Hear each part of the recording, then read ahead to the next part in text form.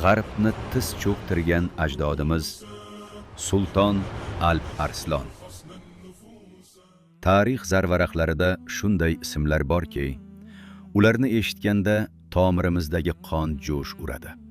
Ular shunchaki shoh yoki sarkarda emas, balki butun boshli sivilizatsiyalar taqdirini o'zgartirgan daho insonlardir. Bugun biz siz bilan g'arb va sharqni titratgan, otning ustida turib dunyo xaritasini qayta chizgan buyuk ajdodimiz Xorazm mintaqasidan chiqqan Sulton Alp Arslan va uning qudratli davlati haqida so'z yuritamiz. Saljuqiylar Turon zaminidan, Turkistonning yuragi bo'lmish Buxoro, Samarqand va qadimiy Xorazm vohalaridan chiqqan, tomirida asl turkiy qon oqadigan yengilmas o'g'uz turk qavmlari edi. Buxoro va Samarqandning beqiyos ilm ma'rifatidan bahramand bo'lib, Mavarav-un-Nahr va Xorazmning bepoyon dashtlarida toblangan bu ota-bobolarimiz o'zlarining jasorati bilan butun dunyoni titratgan va islom olamini birlashtirgan ulkan imperiyaga asos soldilar. 1029-yil Xorazmda Saljuqiylar xonadonida kelajakda butun islom olamini yagona bayroq ostida birlashtiradigan chaqaloq dunyoga keldi. U paytda Xorazm bugungi hududdan keng bo'lib, Turkmanistonni ham o'z ichiga olgan. Uning asl ismi Muhammad edi. Ammo yoshligidanoq ko'rsatgan mislsiz jismoniy kuchi, dovyurakligi va harbiy san'atdagi tengsiz iste'dodi unga Alp Arslan, ya'ni Jasur Arslan degan sharafli nomni olib keldi. 1063-yilda imperiya asoschisi bo'lgan amakisi Sulton To'g'rilbek farzandsiz vafot etdi. Uning o'limidan so'ng taxt atrofida qonli kurashlar boshlandi. Marhum sulton taxtga Alp Arslanning ukasi, yosh va tajribasiz Sulaymonni vasiyat qilib qoldirgan edi. Yana bir tomondan esa boshqa da'vogarlar isyon ko'tardi. Ammo uzoq yillar davomida janglarda toblangan, yarim dunyoni zabt etgan yengilmas Saljuqiy armiyasi tajribasiz yigitga emas, faqat bitta insonga, o'zlarining sevimli va jasur qo'mondoniga qarab turar edi. Alp Arslan ikkilanib o'tirmadi. U o'zining sodiq qo'shini bilan kelib, taxtga da'vogar isyonchilarni jang maydonida tor-mor etdi va o'zining haqli o'rnini egalladi. Shunday qilib, o'zining qudrati va xalqning xohishi bilan ulkan buyuk Saljuqiylar imperiyasi taxtiga o'tirdi. Alp Arslan shunchaki podshoh emas edi. Uning buyukligini islom olamidagi eng oliy rahbar, Abbosiylar xalifasi Al-Qoyim Be'amrillah ham rasman e'tirof etib, unga Sultonul Azam hamda Sharq va G'arb sultoni degan yuksak unvonlarni berdi. Endi uning oldida bitta buyuk maqsad bor edi. Adolat, ilm va qudratga asoslangan yengilmas saltanat qurish. Haqiqiy rahbar o'z atrofida o'zidan ham aqlliroq insonlarni yig'a oladigan shaxsdir. Alp Arslanning harbiy zafarlari qanchalik buyuk bo'lsa, davlatining ichki qudrati bitta inson, buyuk vazir Nizomul Mulk nomi bilan bevosita bog'liq edi. Bu ikki tarixiy shaxs imperiyaning qilichi va qalamiga aylandilar. Sulton ot ustida sarhadlarni kengaytirsa, Nizomul Mulk shu sarhadlar ichida ta'lim tizimini qurar edi. Aynan ular davrida jahon tarixidagi ilk oliygohlar, mashhur Nizomiya madrasalariga asos solindi. Alp Arslan nafaqat sarhadlarni kengaytirdi, balki mislsiz adolat tizimini ham yaratdi. Sulton xalqqa zulm qilinishidan qattiq nafratlanar edi. U butun davlat bo'ylab shunday ajoyib bir qoida qilinganki, kimki qizil rangli libos kiyib chiqsa, u mazlum hisoblanib, hech qanday to'siqsiz, to'g'ridan to'g'ri sultonning huzuriga kirish huquqiga ega bo'lgan. Soqchilarga qizil libosli insonga to'sqinlik qilish qat'iyan taqiqlangan edi.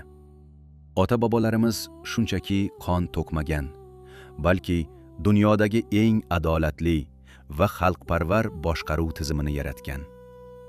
1071-yilning avgust oyi. Vizantiya imperatori Roman Diogen 100 mingdan ortiq yaxshi qurollangan qo'shin bilan ona do'liga Malazgitga bostirib kirdi. Aslida Alp Arslan bu urushga tayyor emas edi. U butunlay boshqa yo'nalishga, Suriya tomon yurish qilayotganda poytaxtga qilingan hujumdan xabar topadi.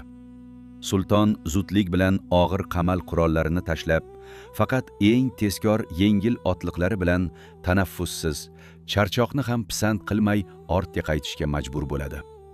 Dushmanning 100 minglik to'liq qurollangan, og'ir zirhli qo'shiniga qarshi Saljuqiylarning charchagan askarlari deyarli 3 barobar kam edi. Ammo sulton dushman bilan darhol jangga kirmadi. U hujumni ataylab juma kunining peshin vaqtiga qadar kechiktirdi.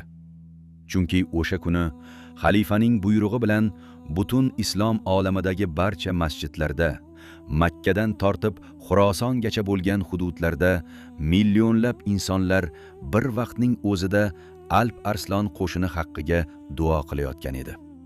Sulton o'z askarlariga qarab, hozir butun islom olami biz uchun minbarlarda duo qilmoqda dedi.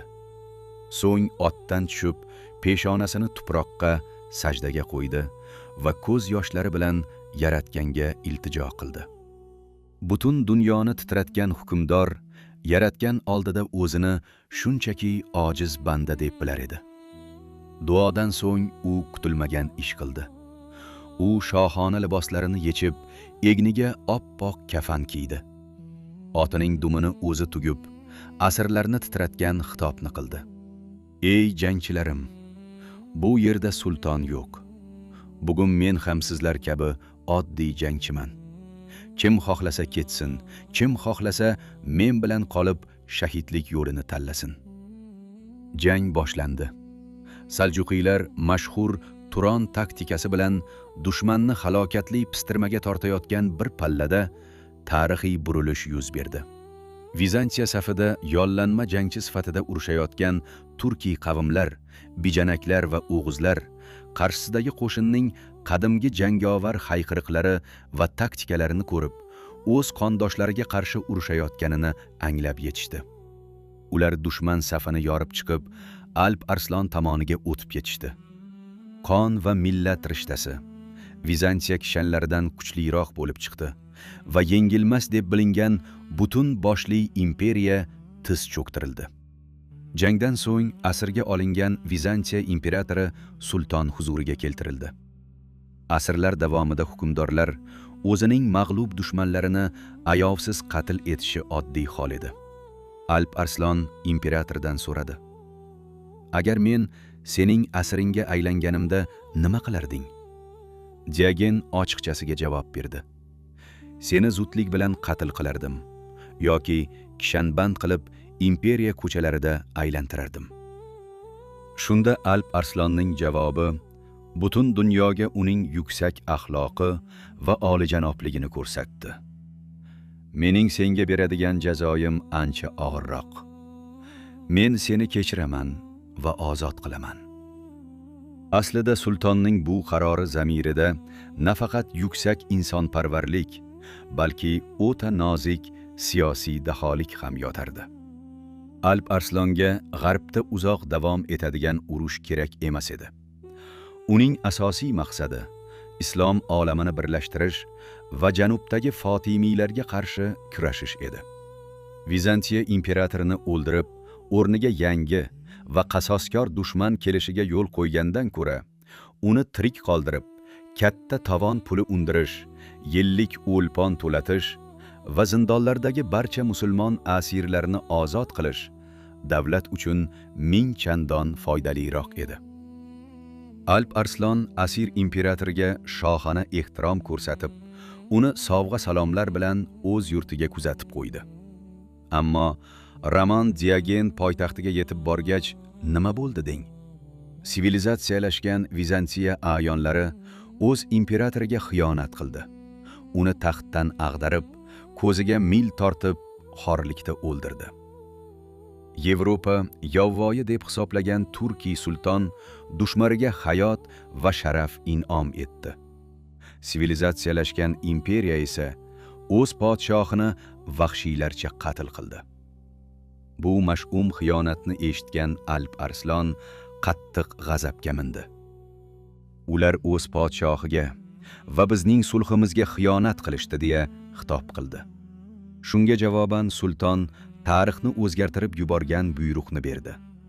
U barcha Turkiy sarkardalariga yuzlanib, bugundan boshlab Anadoluda kim qaysi shaharni fath qilsa, o'sha yer uning qilich haqqi va avlodlarining mulki bo'ladi deb farmon berdi.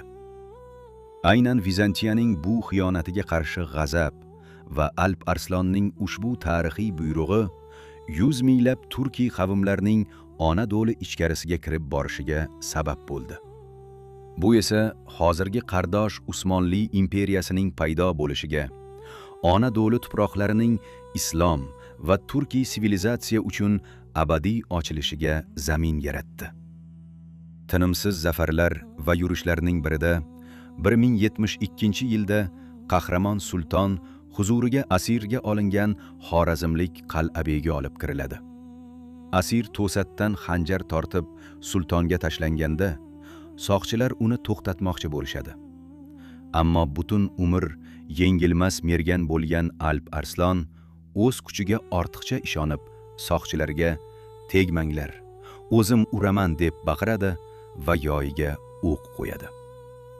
Ammo sultonning oyog'i kutilmaganda taxt poyasida sirpanib ketadi. O'q xato ketadi va asir unga xanjar sanchishga ulguradi.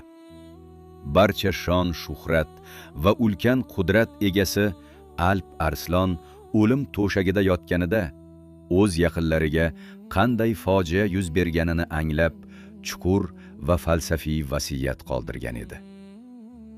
Yaqindagina tepalikka chiqib, o'zimning cheksiz qo'shinimga qaradim va ichimda yer yuzida meni yengadigan kuch yo'q deb o'yladim. Alloh mening bu kibrimni jazoladi. O'zimning kuchimga ishonib, soqchilarni qaytardim va endi oddiy bir asirning qo'lidan ajal topyapman. Qanchalik kuchli bo'lmang azizlarim, aslo kibrga berilmang. Uning jasadi qadimiy Marv shahriga dafn etildi. Tarixiy manbalarga ko'ra, sulton Alp Arslonning qabr toshiga butun insoniyatga ibrat bo'ladigan shunday so'zlar o'yib yozilgan edi. Ey Alp Arslonning osmonlarga yetgan shavkatini ko'rganlar, keling, endi uning qora tuproq ostiga kirganini ko'ring. Tomirimizda shunday buyuk insonlarning qoni oqmoqda. Ularning xotirasini asrash, ulardan o'rnak olish va bu o'tli tarixni avlodlarga yetkazish har birimizning burchimizdir. Ajdodlaringiz bilan faxrlaning. Kanalimizga obuna bo'ling. Ushbu videoni do'stlaringizga yuboring va milliy g'ururimizni birgalikda yuksaltiraylik.